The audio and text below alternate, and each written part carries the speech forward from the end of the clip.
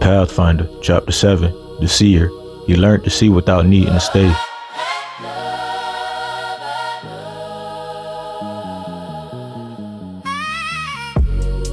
He did not come to rule the room. He came to offer what life had taught him. With books open, candles burning, and quiet hearts gathered near, he shared his truth the only way he knew how. Not as command, but as perspective. He did not want to impose the dream. He only wanted to place what he had seen into the hands of those willing to listen. He spoke with care, not to impress the room, but to place what life had taught him into the air plain and clean. Yet even while the words moved gentle, his spirit stayed watchful.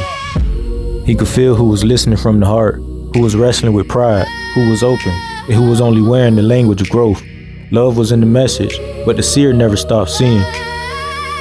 The longer he stayed, the more the room began to split in two. There were words about growth, healing, and higher ways of living, but not always the discipline to carry them, nor the honesty to face what still lived underneath. He did not judge them for being unfinished. He only saw that awakening without inner work could become another mask, and vision without structure could crumble under its own weight. So he stayed patient. He did not confuse clear sight with harsh judgment.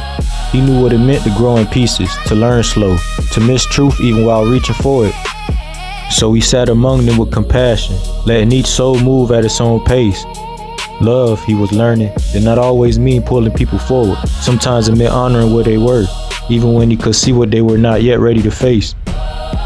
He stayed out of patience and love, but the longer he remained, the heavier the room became.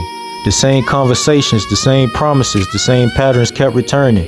He began to understand that love could turn into self-abandonment when the person ignores what their spirit keeps warning them about. Loyalty to people can require betrayal of self. When the time came, he did not leave in anger. He did not slam the door on what had helped shape him. He simply listened to the quiet truth rising in his spirit and honored it. Behind him, the people kept walking their road. Ahead of him, the path opened again. He left not from hate, but from self-love. Standing apart from the room, he let the memories settle without bitterness. The faces, the laughter, the books, the hard conversations, even the disappointments all became part of the teaching. He understood then that nothing on the path had been wasted. Even what hurt had carried wisdom. Even what fell short had left behind instruction. By then, he no longer waited for the world to show him where to go. The road beneath him answered to the light within him. Step by step, he understood that what he had been seeking had never been somewhere outside of him. The path had been walking as him all along. By then, the lines between things had started fading. He could feel it in the people, in the trees, in the insects, in the books, in the streets, even in the stars above him. What looked separate to the eye was speaking as one beneath the surface. Life was source meeting itself through every form, and the illusion of distance could no longer hide the truth of that connection.